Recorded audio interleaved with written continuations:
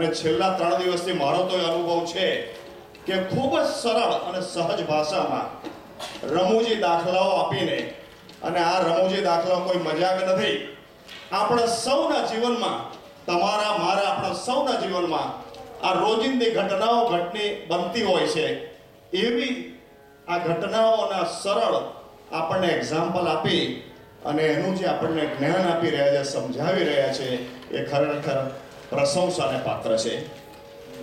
એની સાથે સાથે સોનામાં સુગંધ મળે એ પ્રમાણે કથા જેમ જેમ આગળ વધતી જાય છે, જ્ઞાન ગંગા, એ પ્રમાણે નાના બાળકોએ જેમ જેમ પ્રભુ પ્રાગટ્યના ઉત્સવો આવે છે એ પણ ખૂબ જ અથાગ પરિશ્રમ કરી અને અહીંયા આપણી આગળ રજૂ કરે છે. બાળકોએ આની પાછળ 4 રિહર્સલ કરેલા છે અને બાળકોને એમ નથી કહેવામાં આવે કે તારે આ કપડાં પહેરીને એક્ટિંગ કરવાની, એવું નથી. પણ દરેક પ્રભુ પ્રાગટ્યના જે ઉત્સવો છે એમાં એ લોકોને સમજાવેલું છે કે આની પાછળનું મહાત્મય શું છે, આ શા માટે પ્રભુ પ્રગટ થયા હતા, તો એમને પણ સમજ પડે કે આપણે શું કરી રહ્યા છીએ.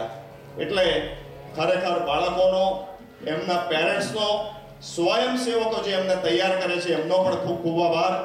સાથે સાથે કથાની સાથે સંગીત પીરસવામાં સંજીવભાઈ મુનશી એ હાર્મોનિયમ પર આપણને સાથ આપી રહ્યા છે.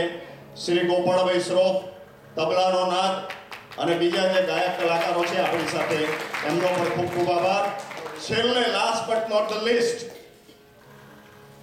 સ્ટેજ પરના કલાકારો તો તમે જોઈ રહ્યા છો, એ ઉપરાંત સ્ટેજની પાછળ ના જાય, સ્ટેજની પાછળ દરેક કિચનમાં જે સર્વિસ આપે છે, બીજા જે કોઈ વોલેન્ટિયર ભાઈ બહેનો સર્વિસ આપે છે, એ લોકોનો આપણે આભાર માનીએ એટલો ઓછો છે.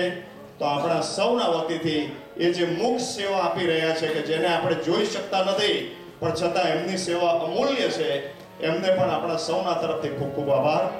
તો હવે આપણે આજના સત્રનો પ્રારંભ કરીએ.